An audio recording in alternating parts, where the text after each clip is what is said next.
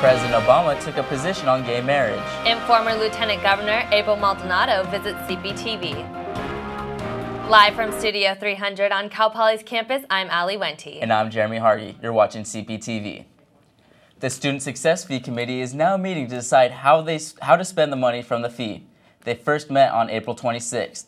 The committee includes ASI President Kiana Tabrizi, Associate Vice President Kimi Aikita, and 6 students from the ASI Board of Directors. To help decide how to spend the fees, the committee put a poll on the portal asking the students with the fees.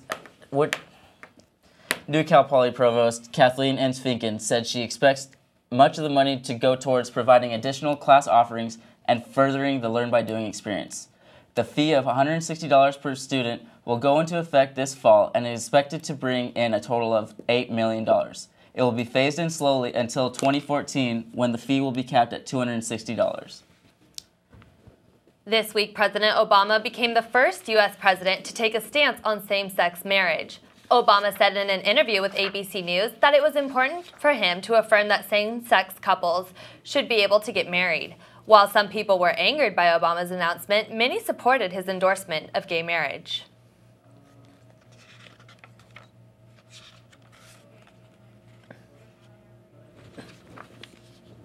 Elections are just around the corner, and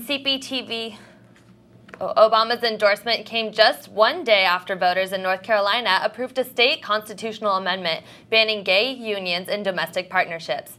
North Carolina was just one of several battles same-sex marriage proponents face over the next several months. ABC News also reported that the president said he supports the concept of states deciding the issue on their own. Elections are just around the corner. Cptv interviewed one of the candidates to ask them questions that matters to Cal Poly students. Cptv's Lindsay McLeod has your election 2012 update.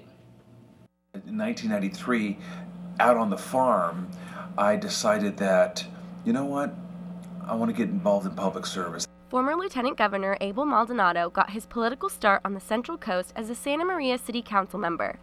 He became the youngest mayor in the nation when he was elected to lead Santa Maria. He moved on to serve 12 years in the State Assembly and Senate, and in 2010 he was appointed by Governor Arnold Schwarzenegger as the 48th Lieutenant Governor of the state of California. Now he's setting his sights on Congress, where he says he can bring voice to the Central Coast.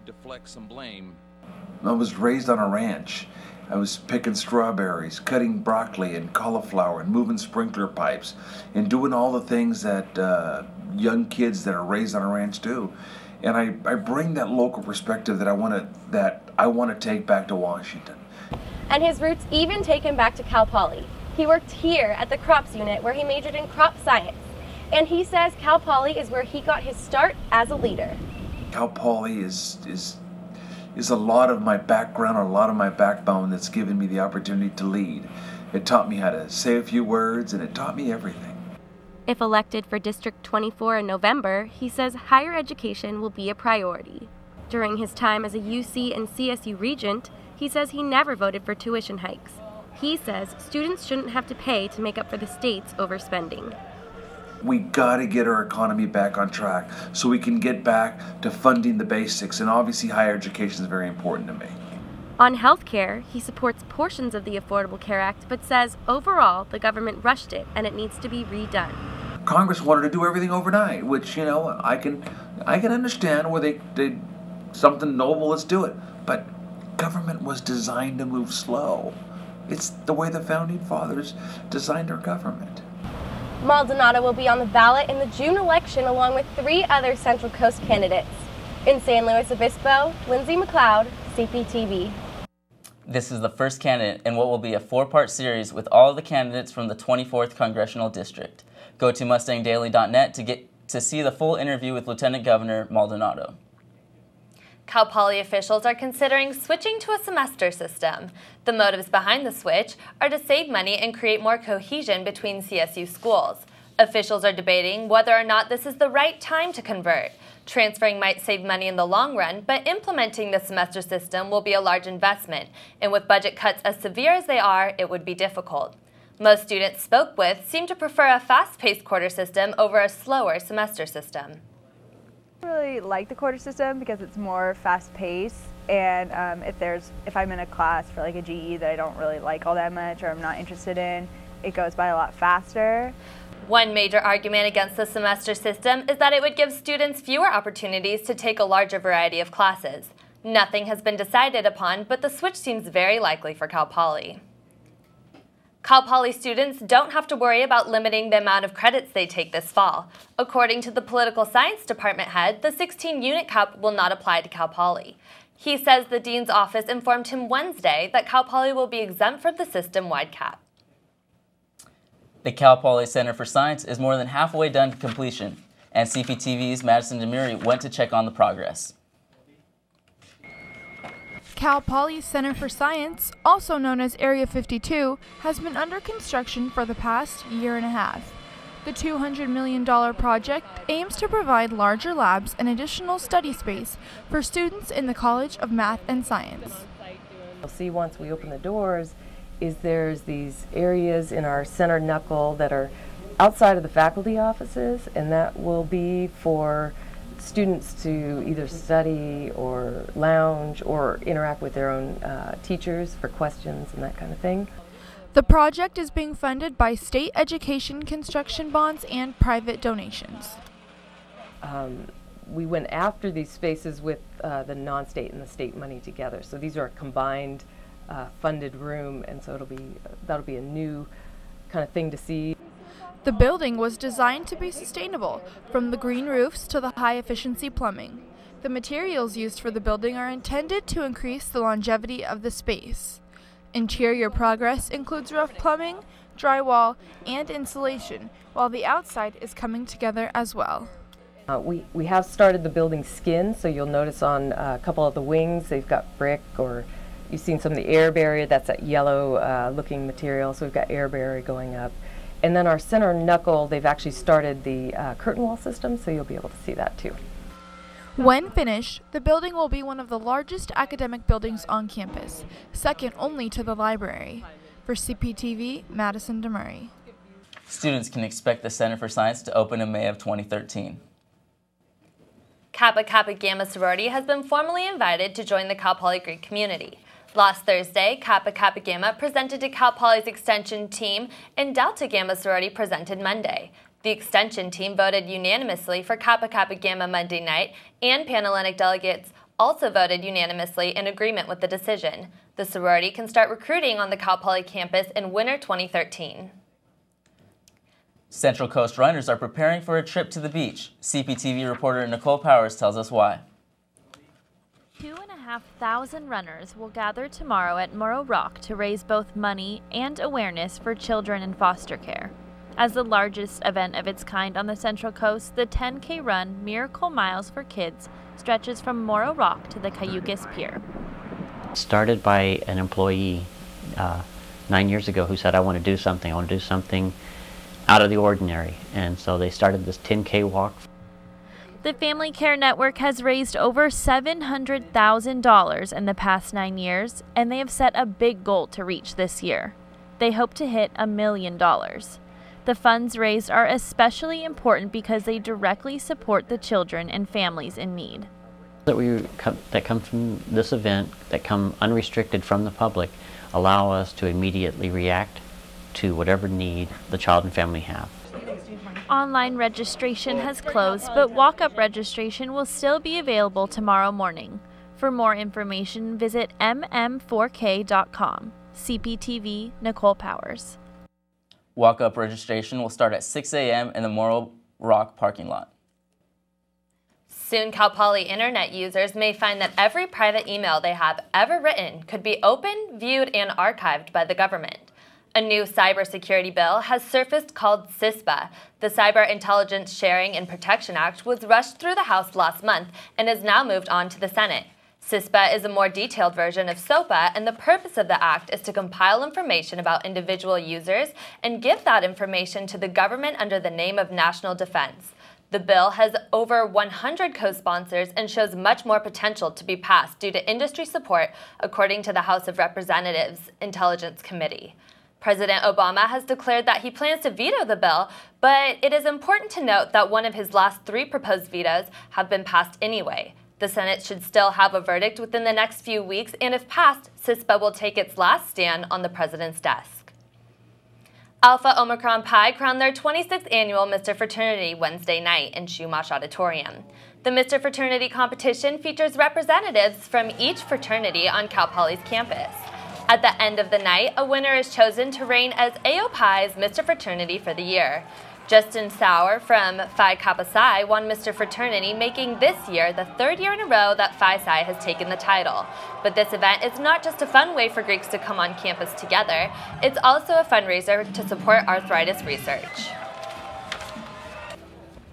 I think it's a great way to show the entire campus that we're Greek, we care about issues in the world, and we're willing to go out and support them and have a great time while we're doing it. AOPI hoped to raise $8,000 from the event, and they said they already raised $6,000 before the event even started. Coming up next on Cptv, we have our weekend weather update. Find out how a Cal Poly professor has turned his home into an example for real-life sustainable energy. And Slow PD waits on their citizens, up next. I love my mom because she surprises me with good food whenever I come home. Welcome back to Cptv. It's time to take a look at the weekend weather. Weather reporter Lindsay McLeod has the weekend weather update. How's it looking, Lindsay? Thanks, Jeremy and Allie. Behind me, you can see the P. This is a shot from yesterday. It looks like this beautiful sunny weather that we've been having is going to continue. The weather has been great lately. There's been no signs of it stopping. We're looking at really sunny skies the rest of this week, so definitely go outside and enjoy the weekend. Let's look at our headlines to get a rough estimate. So we're looking at really low winds along the central coast, maybe 12 miles per hour at the max, mostly down in the 6s. And then there's a 0% chance of rain this week, so that's great for the beach. We have fair surfing conditions all along the coast, 2 to 3 foot waves, which aren't the biggest, but they're still going to be really fun because they're going to be consistent. The weather at the beaches will also be compatible to the temperature here in Slow, but just a tiny bit more cloud cover. Let's check out our 5-day forecast. So we're looking at highs in the 70s all week, 71 today, low 51 tonight. The lowest we're going to reach this week is 67 on Monday. Other than that, lows in the 50s and sunny weather throughout the central coast with a tiny chance of some cloud cover on Saturday. But overall, really great beach weather, so get out there and enjoy it. Back to you guys. Thanks, Lindsay. Looks like a great weekend to head out to the beach and enjoy the outdoor weather. Yeah, it definitely makes me want summer to roll around pretty soon here. Well, tickets for the California Mid-State Fair went on sale this week. The fair is scheduled to be 12 days of music, carnival rides, fried food, and fun. This year's musical attractions include the Zac Brown Band, Brad Paisley, and Journey. Most of the concert tickets went on sale earlier this week, but you will be able to purchase tickets for the Zac Brown Band starting on May 17th. The fair will run from July 18th to July 29th and is hosted at the Paso Robles Fairground. For more information, you can visit www.midstatefair.com or check out the fair's Facebook page. We've all heard of sustainable living, but what might it look like in a modern home? Cptv reporter Brandon Jones toured this unique house to find some answers. It's just an awareness of energy flows and the wider ripples of the decisions that we make. Kind of an accountability. Sustainable, renewable, green living. They're the new buzzwords of our environmentally conscious age. But what do they mean to us? Driving a hybrid? Installing solar panels? One Cal Poly professor doesn't quite agree. His laboratory is his home, a continual project to extract the most energy from the land he owns. His means may seem modest to some, yet on the tours of his home he gives to students in his class energy, society, and the environment. Physics professor Peter Schwartz might seem like the richest man in the world. It was actually my daughter's mother who pointed out to me one day, you know, the research you're doing in the backyard, you like it more than the research you're doing in the laboratory. And I was like, wow, I do. She said, I think you should think about that. And I thought about it for like 5 minutes. And I was like, right, I gotta change fields, you know? Schwartz owns no hybrid cars, but he does have several hybrid plants. He grafts species from the same family to produce different fruits from one tree. This example in his front yard can produce plums, peaches, and even almonds. His self-designed water system keeps his plants thriving, using only gray water runoff from his dishwasher, sink, and even urine-only toilets. I mean, I've had the good fortune that what I love and I value can be 100% of what I do. Right? So I'm teaching you all the time. I love to teach. And what am I teaching you about? The thing I love the most. For Cptv, Brandon Jones. If you'd like to learn more, students can sign up for the Energy, Society, and the Environment as an Area FGE next winter quarter. Racers from all over the United States will be coming to San Luis Obispo this Saturday. All Out Events is hosting their 9th annual Dawn to Dusk 12-hour adventure race. Adventure races are held globally and consist of multiple forms of travel, as well as compass navigation. The race on Saturday will include mountain biking, running, climbing over obstacles, and kayaking. I think it's actually showing people stuff they wouldn't see normally. You know, if you're doing a 5K on asphalt, everyone can do that. You know, I can go out tomorrow and go run it. This race is the largest on the West Coast and is expecting to attract over 200 people. Central Coast law enforcement officers are serving the community in a different way. San Luis Obispo's annual Tip-A-Cop dinner took place Wednesday night at the Madonna Expo Center. Community members purchased meal tickets and in turn, cops became their waiters. Similar events were also held in Aurora Grande and Santa Maria. When I was going through college, I was a waiter, and so this kind of brings back a lot of some good or bad memories.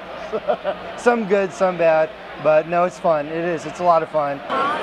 Almost 1,000 people showed up for the dinner, and funds raised were donated to the Special Olympics. Coming up next on Cptv, the men's tennis team is continuing to impress their run on the NCAA tournament. And find out where you can get a unique drink to beat the heat. I love my mom because she's really supportive of me. She's been there for me for many things, and you know, I wouldn't be the person I am today without her. Welcome back to Cptv. We have a few teams finishing up their season this weekend. Reporter Ed Zucchelli is here in the studio to update us on the season success of our Mustangs. Thanks, guys. Well, it's gone well for the women's softball team this year as they're facing UC Riverside this weekend. The women's softball team is finishing their season this weekend. With a 12-34 overall record, the Mustangs are hoping to end strong with a few wins against UC Riverside. Sophomore Kim Westland says the team is looking to fight these next few games for their seniors. This weekend coming up is our last weekend, and it is also senior weekend for our 2 seniors who will be leaving us. So we want to go out with a bang for them and for everything that they've put into this program. Also, I mean, the season's not over, even though our record may show that. You know, we still have 3 games, so we need to go out there and prove something, get better at something, so next year we can have something to build off of. The Mustangs' 2 lone seniors, Nicole Lund and Nora Sobzak, will finish their college careers this weekend. Come support them at Jansen Field on Friday and Saturday at 12 p.m. The men's tennis team is looking to knock off Texas Tech in the first round of the NCAA tournament. The Mustangs, seeded 63rd in the tournament, will play the number 19th seed, Texas Tech, at UC Berkeley. The Mustangs are off to a great start after winning both their Big West regular season tournament title in 2012 after clinching a 5-0 record this season. Cal Poly became only the 3rd team in Big West history to go undefeated in conference play. Support your Mustangs as they continue to make history. You can catch the matches online at gopoly.com or on ESPN3. It looks like the men's tennis team is off to a good start, and hopefully they can get some wins this weekend. You know, really like having our teams do well. You know, it's good for this campus and good for school pride. Yeah, hopefully they can pull off a win against Texas Tech this weekend. Thank you. Thank you. In this week's Culinary Corner, Cptv reporter Lacey Buck shows us a new student favorite coffee alternative. The Boba Stop is the place to go for a unique drink in San Luis Obispo. Boba tea, also known as pearl tea, originated in Taiwan during the 1980s. Boba are chewy bits of tapioca that sink to the bottom of your drink. You can order your tea with or without boba, or can opt for the popular mini boba.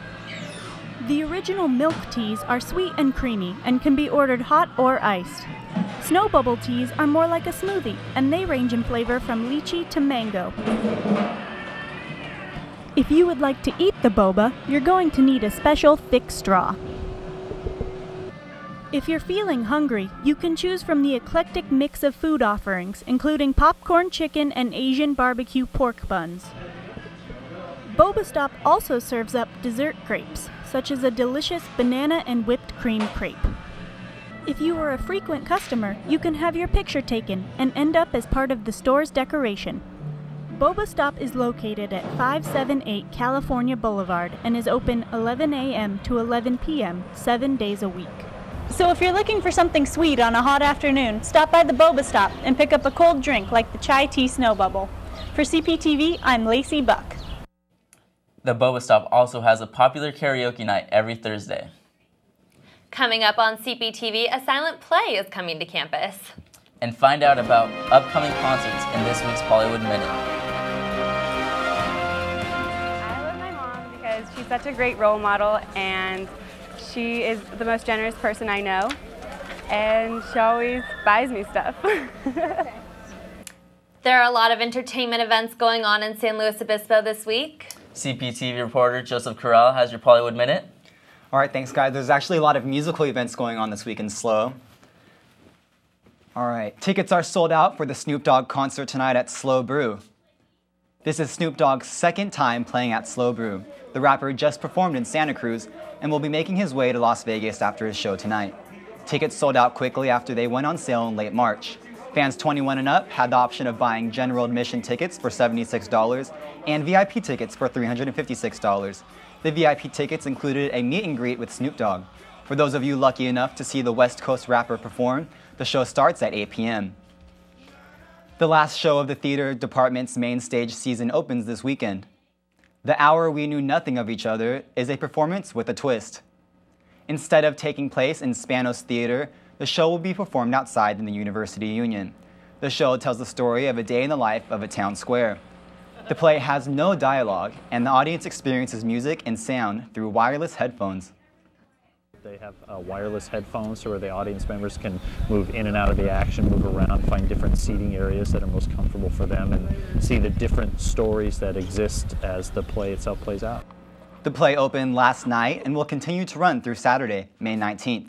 Tickets are $15 for the general public and $12 for students. The show starts at 8 p.m. If you're still looking to surprise Mom this Mother's Day, you can treat her to a concert put on by some of Cal Poly's most talented voices.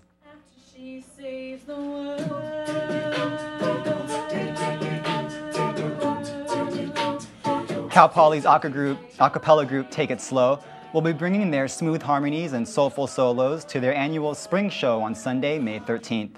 The group has been preparing for the show since last quarter and will be singing original arrangements of music ranging from contemporary pop hits to the classics you love.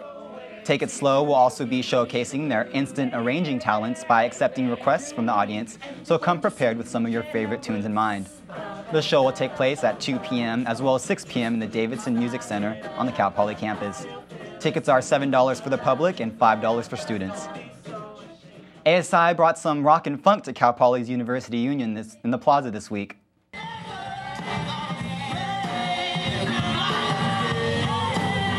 Sprout the Band performed classic blues rock fused with funk on Thursday to students in the plaza. The six-piece ensemble of musicians is based out of Santa Barbara and began performing in 2008.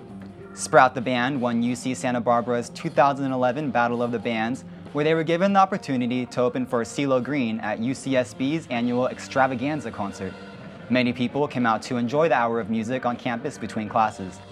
While most people were seen tapping their toes and bobbing their heads, some students felt the music enough to grab a partner and dance the entire show. The band's CDs were also sold after the concert.